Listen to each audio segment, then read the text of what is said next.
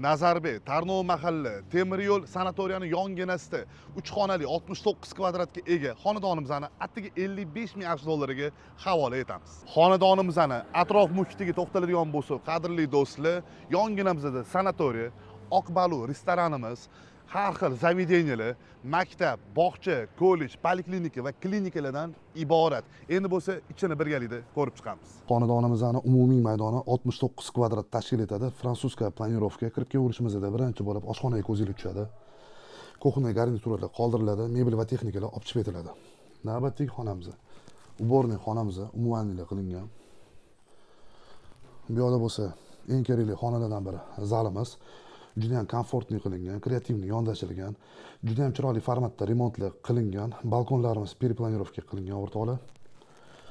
Bu yoqda bo'lsa vanna formatda sanuzelimiz. Barcha texnikalar olib chiqib etiladi o'rtoqlar. Er-xotinlar uchun yotoqxonamiz, отопительная sistema, sirkulyatsiyalar. Gluxoy xonani o'zi yo'q o'rtoqlar. Bu yoqda bo'lsa detskiy yotoqxonamiz. Manziliga to'xtaladigan bo'lsa o'rtoqlar, Nazarbekda Tarnov mahalla shifokorlar ko'chasi, temir yo'l sanatoriyasining yonginasida maktab, bog'cha, masjid barcha sharoitlar qilingan. Narxi lekin shikolat 55 ming AQSh dollari belgilanadi. Ya'ni sunnatga muvofiq kelishiladigan joy.